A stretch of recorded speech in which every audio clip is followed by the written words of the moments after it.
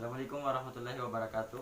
Saya Muhammad Nur Ali Mubarak akan mempresentasikan tentang praktikum stomata dan transpirasi.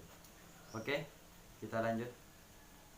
Pendahulunya adalah stomata adalah lubang-lubang alami pada daun yang berfungsi sebagai tempat transpirasi atau pertukaran CO2 di atmosfer. Stomata atau mulut daun memiliki celah yang dikelilingi oleh dua sel pelindung yang terletak pada daun.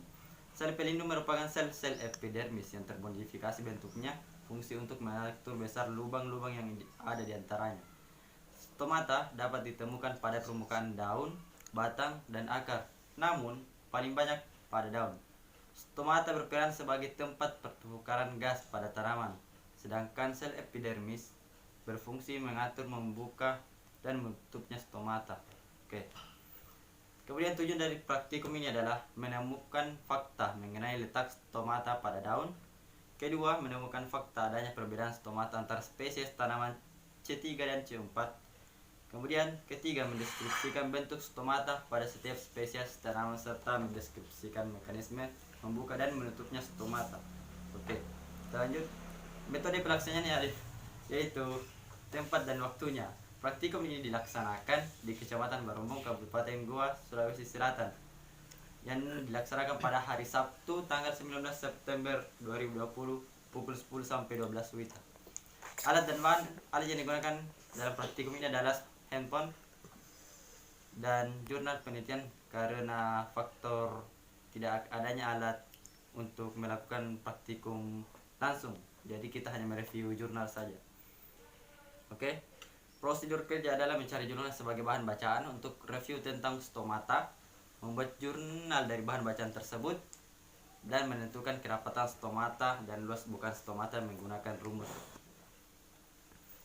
Kemudian hasil yang ditampilkan seperti ini pada pengamatan dan kedelai dan pengamatan daun kelapa. Oke. Ya, setelah melihat hasilnya yaitu membalot. Pada hasil pengamatan kedelai didapatkan nilai rata-rata jumlah, panjang, dan lebar stomata pada daun muda lebih besar dan jumlahnya banyak karena transpirasi pada tanaman terjadi lebih besar pada daun muda dan dewasa. Sedangkan pada daun tua terjadi penurunan jumlah luas stomata. Tanaman C3 lebih adaptif pada kondisi CO2 atau karbon dioksida di atmosfer sangat besar, sehingga pada daun muda maka transpirasi terjadi sangat besar karena jumlah dan bukan stomata yang cukup besar. Kemudian pada daun kelapa jumlah stomata dan luas bukan stomata semakin menurun saat daun mulai menua. Tanaman kelapa termasuk tanaman C4 yang adaptif terhadap daerah yang panas sehingga bukan stomata semakin besar. Pada umumnya tanaman C4 dan CAM lebih adaptif di daerah panas dan kering dibandingkan serta laju asimilasinya sedikit meningkat ketika konsentrasi CO2 di atmosfer tinggi. Oke. Kemudian kesimpulan yang dapat saya ambil dari praktikum ini adalah berdasarkan hasil dan pembahasan dapat disimpulkan bahwa CA3 dan CA4 memiliki perbedaan dalam proses fotosintesis.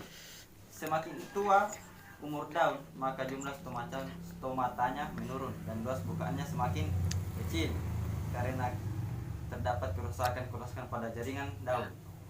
Tanaman CA3 lebih adaptif pada kondisi karbon dioksida yang tinggi dan CA4 lebih adaptif di daerah yang panas. Terima kasih.